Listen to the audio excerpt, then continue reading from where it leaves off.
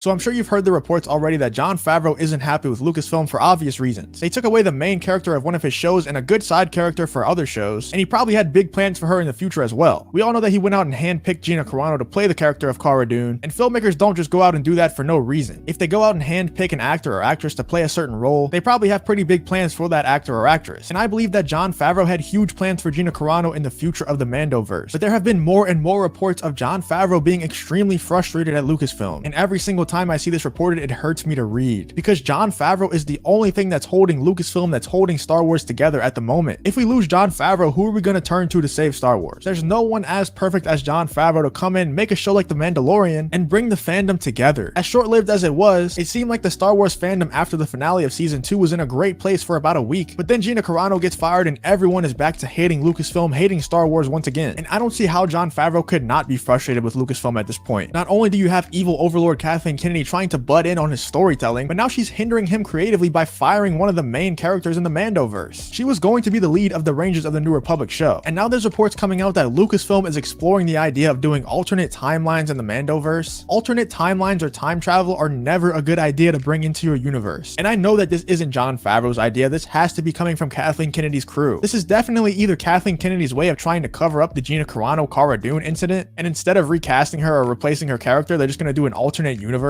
and I guess she'll be played by a different person in that universe. Cara Dune will just look a little bit different in the alternate timeline. Or this is coming from the Lucasfilm story group, and they probably just want to mess with the Mandoverse because they don't like how successful it is. They don't like that the Mandoverse is so much more successful than the High Republic, regardless of how much you try to push the High Republic. I mean, they're pushing the High Republic hard, way harder than they push the Mandalorian, and no one's interested. I've actually heard good things about the books, but I just can't make myself read them. I just don't care. And I've read a lot of Star Wars books. I really enjoy the Star Wars books. I've even enjoyed a lot of Claudia Gray books. She's an author for the High Republic, and I just can't make myself want to read those books. But there's an old saying about time travel and filmmaking, and it's that when you start to introduce time travel or alternate timelines, the story has gone on for too long. Once you have to introduce time travel into a story, that means you've run out of ideas. And to me, when I see time travel introduced into a story, I just think that the person creating that story is creatively bankrupt. In my opinion, when I see time travel, I think lazy storytelling. And I don't see Jon Favreau or Dave Filoni as lazy storytellers. I can't imagine Jon Favreau wanting this to actually happen in his universe. And I know you're already typing the comment about Dave Filoni having the World Between Worlds and Rebels, but the World Between Worlds is different. It's not an actual alternate timeline. They even say in Rebels that you can't change anything that's happened. Whatever has happened has already happened and will always happen, which creates a huge plot hole, and that's exactly my point. Bringing in time travel, bringing in alternate realities just creates plot hole after plot hole. We already have enough of that in Star Wars. If we brought time travel and alternate realities in, it would just make it so much worse. And I just can't help but think that this is Kathleen Kennedy trying to push Jon Favreau out, trying to power grab. And I know that sounds really tinfoil hat, but what else could this really be? Maybe this is a real attempt by the Lucasfilm story group to try and tell a better story. But time travel is not the way to do it. It is typical by the Lucasfilm story group to be a little bit creatively bankrupt. This is a whole nother level. It just seems like sabotage to me. And I don't have any insider info. This is just logic-based speculation. The only time I would be okay with time travel or the World Between Worlds coming into Star Wars live action is if they were going to fix a sequel trilogy with it. And even then, I really don't like the fact that we have to use time travel to fix an old story, but I would be willing to put up with it if it means that we get a better sequel trilogy. If it means we get something closer to what George Lucas would want. But I always go back to that filmmaking saying about time travel. I think everyone wants to be Marvel nowadays, and Kathleen Kennedy isn't excluded from that group. I know she's constantly being compared to Marvel and how successful Marvel is, and Star Wars just isn't that. And I know she wants it to be, but Star Wars isn't Marvel. And even Marvel, I think they could have had a perfect end to the Marvel Cinematic Universe if they didn't use time travel in Endgame. If they just made Endgame the last movie of the MCU and they didn't use time travel, that could have been an absolutely perfect way to end that story. Now I know the Marvel movies make way too much money to end that story, and Star Wars is the same way. They make way too much money on Star Wars to ever stop making Star Wars content. But from a storytelling, from a fan, from a filmmaking perspective, having time travel in your stories is not the way to go. It takes all of the stakes out of your story. We know that in Marvel, whenever anyone dies, they're coming back. They come back every single time. I don't want Star Wars to be that way. We already have Force Ghosts, that's close enough. But you already know that Iron Man's coming back. You already know that Captain America's coming back. And if you don't think so, wait a couple years and come back to this video, because they're coming back. But when I see someone die in Star Wars, I want it to have stakes. I want to actually feel it. And I know Jon Favreau knows that. This isn't Jon Favreau's idea. Another thing that the articles and rumors are saying is that Kevin Feige is playing a big role in this alternate reality stuff, which could be true, but I think Kevin Feige even knows better than that. Even though he's been at Marvel for so long, I think Kevin Feige knows what works in Star Wars and what doesn't. He's even said a few times that he's a bigger Star Wars fan than a Marvel fan, but it is confirmed that he is producing a Star Wars movie, and we already have Taika Waititi in the Star Wars family. We already have Jon Favreau in the Star Wars family. Maybe they really do just want to make Star Wars Marvel, and maybe Kevin Feige's okay with that. Maybe Taika Waititi's okay with that. But Jon Favreau isn't. Jon Favreau isn't happy with a lot of the decisions that's being made at Lucasfilm. And this has been reported by a lot of people. This isn't just we got this covered. This is a lot of rumors and a lot of reports that Jon Favreau is not happy at all. The only thing that's keeping Jon Favreau and people like Jon Favreau at Star Wars and coming into Star Wars is the fact that it's called Star Wars, because it has to be a pretty horrible place to work. I think when they're on set of The Mandalorian and shows like The Mandalorian, they're probably having a lot of fun. But I think outside of that, it's probably pretty miserable. Having to deal with Kathleen Kennedy and a bunch of corporate suits trying to tell you how to tell stories. It has to be so frustrating for him to not just tell them to shut up. Favreau knows he knows way more than all of those people. Not only does he know more about Star Wars, but he knows more about how to tell a good story. And they still try to tell him how to tell his stories. Now I think he's probably getting more and more freedom as time goes on from the corporate suits, but I don't think Kathleen Kennedy will ever let him have full freedom, because if he is allowed to have full freedom, he will take over her job, or he'll at least be offered her job. I don't think he'll take it because he's a creative, and I don't really know if I want him to take it. I want Jon Favreau out in the field creating greatness with Dave Filoni, like he has with The Mandalorian season 1 and 2. I don't want him doing paperwork and worrying about the business side of stuff. I want Jon Favreau creating Star Wars shows and movies until the day he dies. I know that won't happen, and I know he'll move on eventually, but I want him here as long as possible, and I want him to have as much freedom as he can. But I know Jon Favreau is frustrated. They just continue to hinder him creatively over and over again, and I don't think it's going to stop anytime soon. Let me know what you guys think about all this, about Jon Favreau being unhappy with Lucasfilm, about the world between worlds, alternate timelines, time travel, all that stuff. I don't like alternate timelines, I don't like time travel, any of that stuff. But let me know what you think in the comments. If you hate Kathleen Kennedy as much as I do, check out my Ruined by Kathleen Kennedy merch linked in the description. If you did enjoy this video, please leave a like on the video and subscribe to the channel. If you want to follow me on Twitter or join the Discord, both of those links will be in the description as well. Thank you for watching the video, and I hope to see you on the next one.